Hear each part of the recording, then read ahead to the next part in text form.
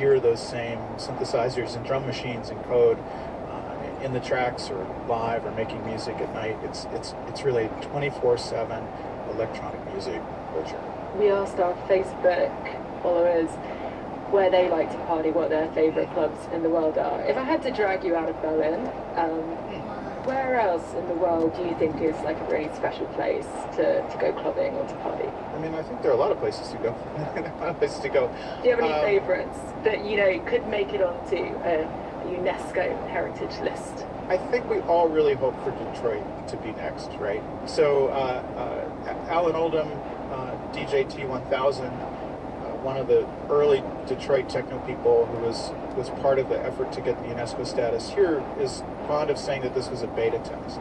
So I think that there's the hope that now that the United States has just rejoined UNESCO and just rejoined the intangible heritage, you know, we hope that there's more recognition for Detroit, and I hope that there's more recognition for other scenes. I mean, there's great stuff happening everywhere from Bogota to Manila to the Middle East, right? Like there's lots of places with interesting scenes.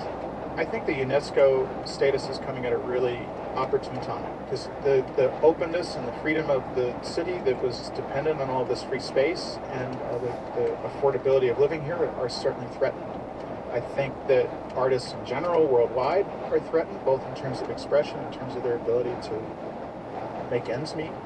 But there's also a lot of exciting things happening in the scene now. I mean, it's relevant that the UNESCO status for this music that came from Detroit was awarded to Germany first, and that this was a music that tried to reach out past Detroit, and those artists really tried to kind of spread the gospel of what they were doing to other places. And I mean, I think that they wanted to travel, and now a lot of them live here. So there is this sense of Berlin is a place for a lot of migrant talent, and the change that comes out of migrant talent. It was first the coming together of East and West Germany, then it was people from all around Europe, and now the latest waves are really migrants that are escaping war, especially. So a lot of what's happening in the scene now, I think, is Ukrainian artists and Arabic artists, Palestinian artists. So that new wave of people is redefining the music. So this comes at a perfect time.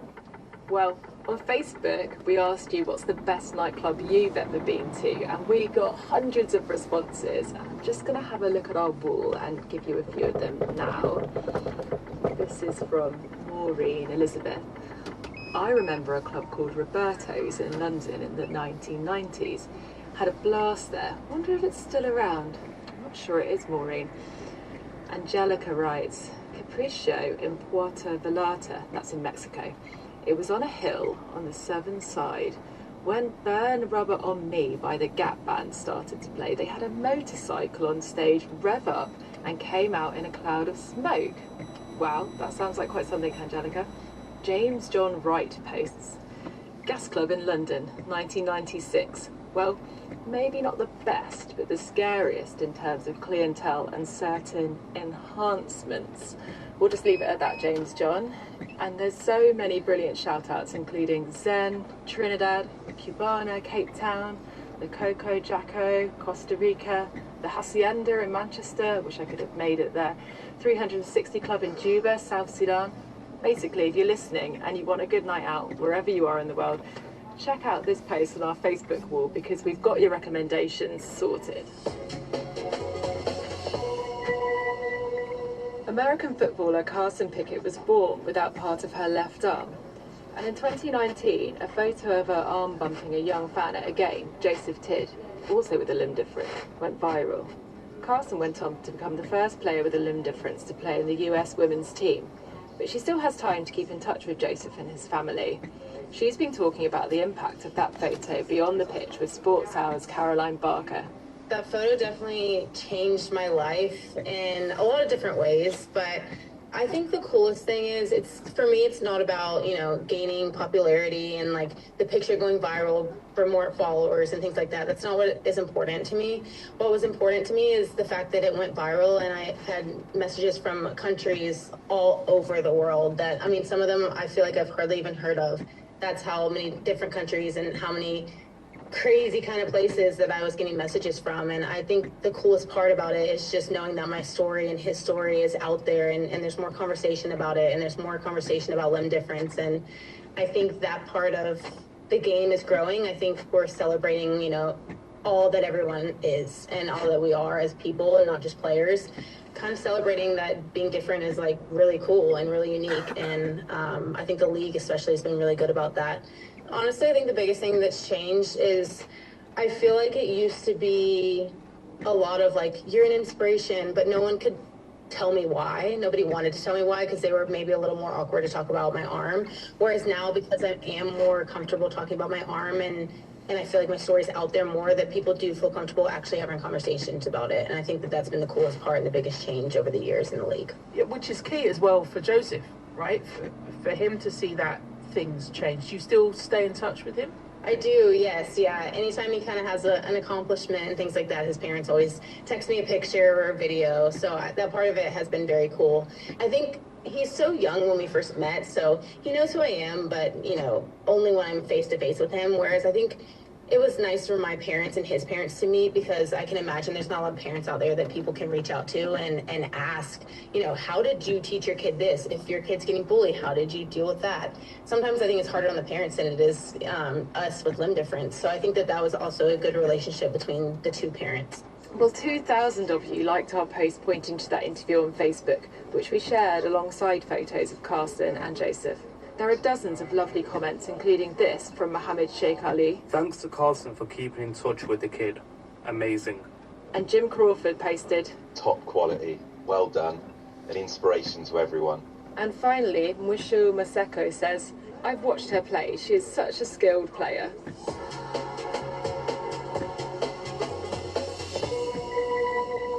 Last week, Carlos Serrano, a BBC journalist here in London, woke up in the morning to find a mural by the world-famous graffiti artist Banksy had appeared in his garden. The piece features swathes of green paint on a wall behind a nearby tree.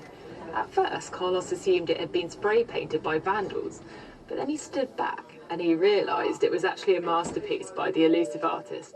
He's been sharing his reaction with NewsHour's Tim Franks. It's been crazy, busy, and really, really fun. Yeah. So crazy because what? Suddenly lots of people have appeared outside your front door. Yeah, I mean, you see this a lot of people just in front of my window looking to the wall and smiling to me and asking me if they can go in the garden to take a picture with the mural. So it's a lot of attention, but I'm really cool with that. And am I right in thinking that some of them thought that you might be the artist himself? That's a very common question I have been getting these days. People, are you Banksy? And as in the movies, my answer is can confirm, not deny. Oh, perfect, perfect. So you're keeping the mystery there. And suddenly having not just a Banksy, but all this attention.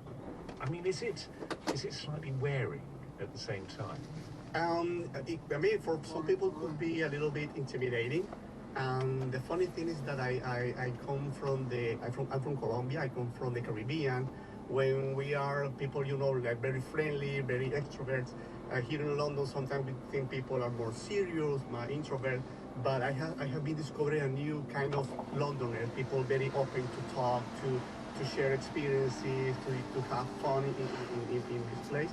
So yeah, for me, just exciting. I'm happy to feeling a part of the community of the other. I think this mural is making the neighborhood come together as a community, and I feel part of that. And more than 3.5 million of you have watched our video featuring Carlos on Instagram. It currently has more than 190,000 likes and 900 comments. And I'm going to have a look at a few of them now. Gigi writes, I love how excited Carlos is about the attention because it validates his belonging to the community.